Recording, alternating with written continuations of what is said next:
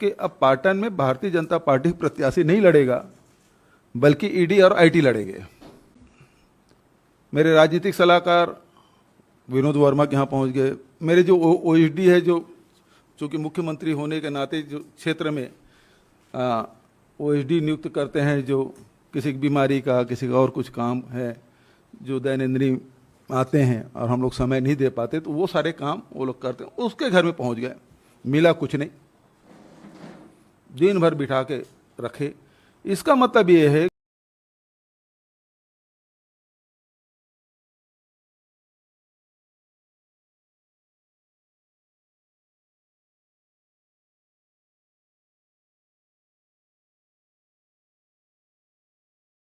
छत्तीसगढ़ में यही कोशिश हो रही है कि किस प्रकार से छत्तीसगढ़ सरकार को दबाया जाए, बदनाम किया जाए, चाहे वो राजनेता हो, चाहे कार्यकर्ता हो, पार्टी के पदाधिकारी हो, या फिर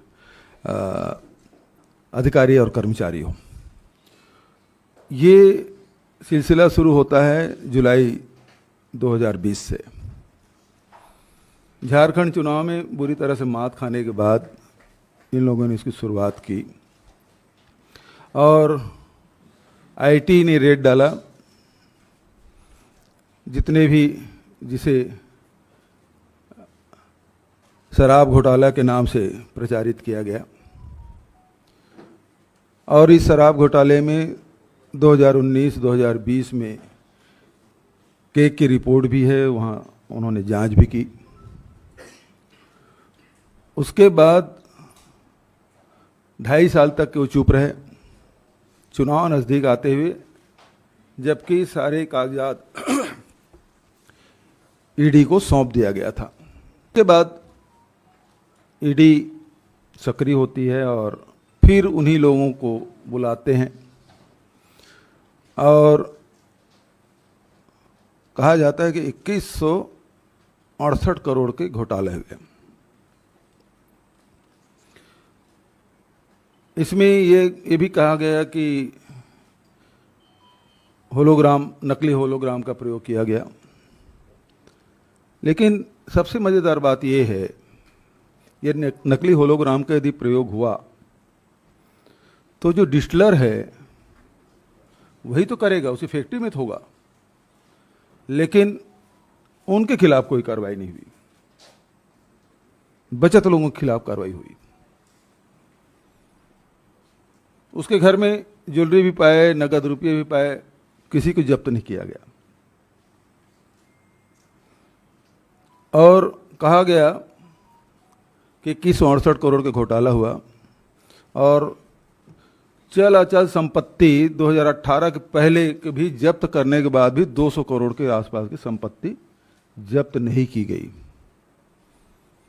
जबकि इस दौरान 2018 के बाद जब हमारी सरकार बनी, उसके पहले जो रेवेन्यू है आबकारी की, वो 3900 करोड़ की थी, अब बढ़ के 6500 करोड़ हो गया।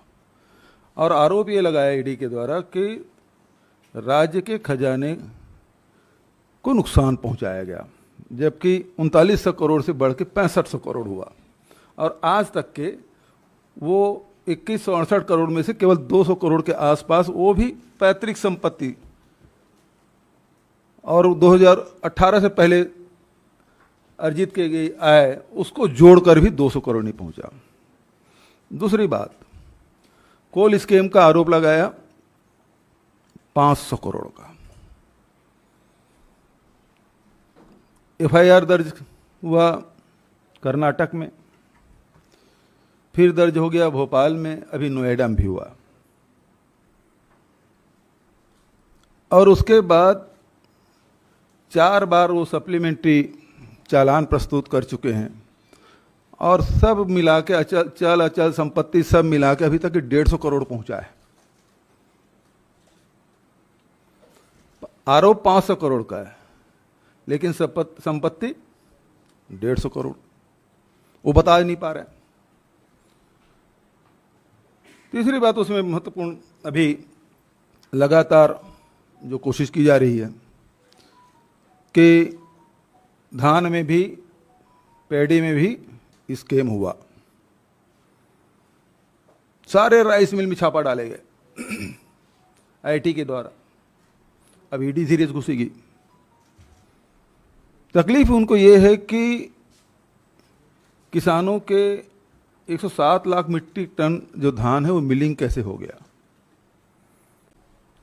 एक और बात आपसे कहना चाहता हूं कि पहले सीबीआई ने आईटी ने छापा डाला, फिर ईडी घुसी, अब वो कोर्ट में एप्लीकेशन लगाए हैं कि इसमें अब सीबीआई जांच होनी चाहिए। 3-3.5 साल जांच करने के बाद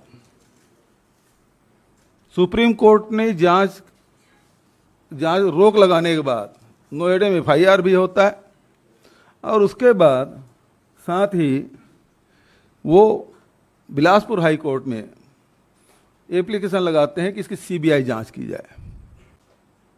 तो आज पूरे भय का माहौल है। जो मुख्य आरोपी है, जिसके लिए जो सबसे लाभार्थी है सबसे बड़ा, उसके खिलाफ ईडी आईटी कोई कार्रवाई नहीं कर रही। ये स्थिति है। संजीव, कल आपका जन्मदिन था और आपने एक ट्वीट किया कि बड़ा बहुमूल्य उपहार मुझे केंद्र सरकार ने दिया है। नाम लीजिए, मैं तो नाम लिखा हूं। हाँ, आपने अमित शाह जी का नाम लिया था उसमें कि बहुमूल्य उपहार आपको मिला है। मोहित जी, आप भी नाम नहीं ले पा रहे हैं। नहीं, हम तो बिल्कुल नहीं डरते किसी से।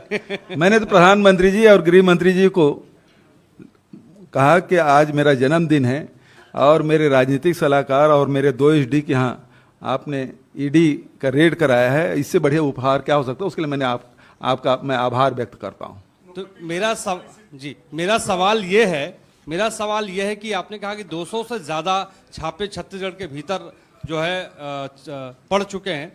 आने वाले वक्त में विधानसभा चुनाव है, 1 से 2 महीने के बाद चुनाव वहां पे होने वाले हैं। चुनाव प्रक्रिया और चुनाव के ऊपर कितना बड़ा असर देखते हैं, खासतौर पे कांग्रेस के लिए इन छापों के बाद? देखिए, अभी तो मैं आपको और बता देता हूं कि 200-250 की टीम जाने वाले आईटी की, वो पूरे छत्तीसगढ़ में छापा डालेगी। तो ईडी आती है तो आईटी जाती है, आईटी जाती है तो ईडी आती है। हमारे यही क्रम चल रहा है और वही काम कर रहे हैं। मार पीट के, जैसे कहते हैं ना, बंदर को बोरे में पकड़ लिया, उसे पीट रहे हैं, बोल तो कुत्ता है। तो हमारे यहाँ स्थिति जबरदस्ती मार पीट के लिखवा रहे हैं कि हाँ तुमने ये गलत किया है और तुमने इसको पैसा दिया है, लिखो, इस राजनेता को दिया हो, इस अधिकारी को दिया हो, इसको नाम लो। यही चल रहा है और ये बात छत्तीसगढ़ के लोग सब जान चुके हैं। हम लोग ना छत्तीसगढ़ के लोग हैं, मरने से नहीं डरते, न जेल जाने से डरते।